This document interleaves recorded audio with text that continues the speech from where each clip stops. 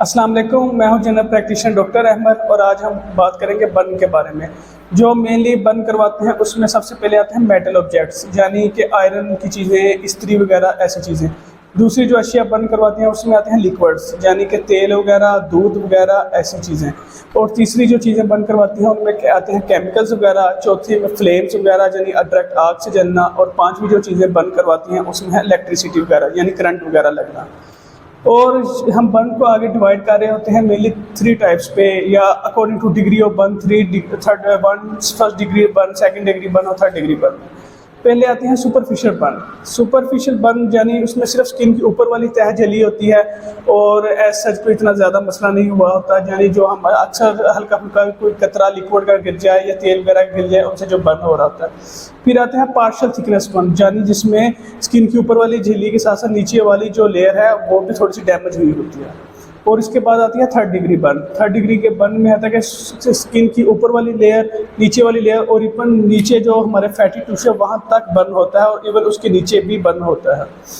फिर हम उस लिहाज से इसकी हम इलाज वगैरह कर रहे होते हैं। सबसे पहले जो हम देख रहे होते हैं, जो आम लोग घर में या बच्चों में जो आ रहे होते हैं वो लिक्विड बर्न या हॉट ऑब्जेक्ट से बर्न होता है। इसमें सबसे पहले जो हमने करना है कि बच्चों को फौरी ना ठंडे पानी के नीचे ले जाना है। जो हिस्सा जला हुआ है उसे 10 से 15 मिनट तक ठंडे पानी के नीचे रखना है ताकि वो उसकी जलन वगैरह कम करे, और इन चीज़ों से तो वो उसकी सोजिश वगैरह भी कम होती है और बर्न का बहुत ज़्यादा असरात ख़त्म हो जाते हैं। 10 से 15 मिनट उसको रखने के बाद देखना है कि बर्न किस टाइप का है, यानी अगर सुपरफिशियल बर्न है फिर हम उन्हें होम रेमेडीज़ से भी ट्रीट कर सकते हैं, जहाँ जिनमें होम रेमेडीज़ में अक्सर हम देख रहे होते हैं एलोवेरा जो है ये भी इस बहुत अच्छा बर्न में काम करता है। इसकी जो जेल वगैरह होती है उसको भी आमतौर पर हम बर्न के ऊपर लगाएं। जो सुपरफिशियल बर्न है तो ये बहुत ज़्यादा फ़ायदा होता है और ये जो जलन वगैरह है जल्दी कम हो जाती है और ये जल्द ठीक हो जाता है। तीसरी जो हम होम रेमेडीज़ कर सकते हैं उसमें हनी वगैरह, यानी शहद। शहद मेनली एंटीबैक्टीरियल भी है, एंटीसेप्टिक भी है और एंटी फंगल प्रॉपर्टीज़ भी हैं और इवन एंटीवायरल प्रॉपर्टीज़ भी हैं। अगर शहद खालस हो वो मिल जाए तो उसको भी हम बर्न के ऊपर लगा देते हैं, ये भी बहुत ज़्यादा फ़ायदा देता है। चौथी जो हम चीज़ यूज़ कर सकते हैं उसमें है ब्लैक टी, यानी जो टी पैक्स आते हैं ब्लैक टी के, उसको हम उसमें होता है टैनिक एसिड। जब हम उसे बर्न वाली जगह पे रखते हैं तो वो जलन वगैरह या उसकी जो हीटनेस है या हॉटनेस है उसको जज़ब कर लेता है और इससे भी बहुत ज़्यादा फ़ायदा होता है। और पांचवी जो हम देख सकते हैं विनीगर। विनीगर में एसिटिक एसिड होता है, उसको भी हम ऊपर अप्लाई करें तो ये भी इरिटेशन वगैरह या ऐसी चीज़ों का बहुत ज़्यादा फ़ायदा देता है।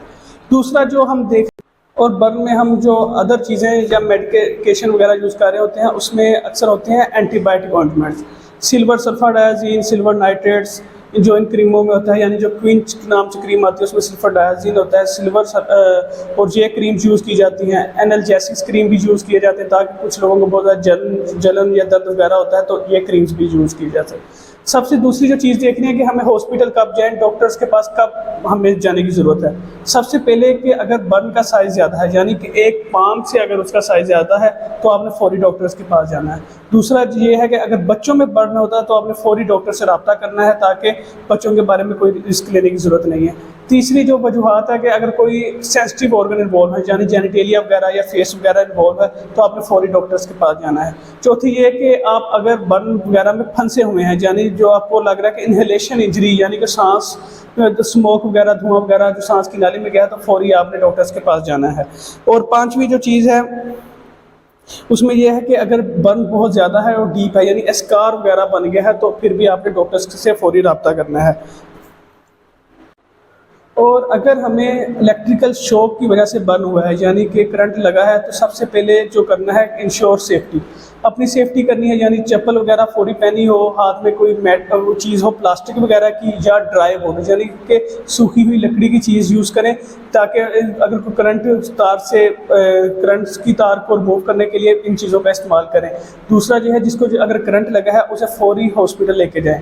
सबसे ज़्यादा मसला ये होता है कि जो करंट हमारे पास करता है, हमारे सारा ब्लड का सबसे ज़्यादा वॉल्यूम होता है हार्ट में, इसकी वजह से हार्ट का इशू होने का बहुत ज़्यादा चांस होता है अगर किसी को करंट लगे।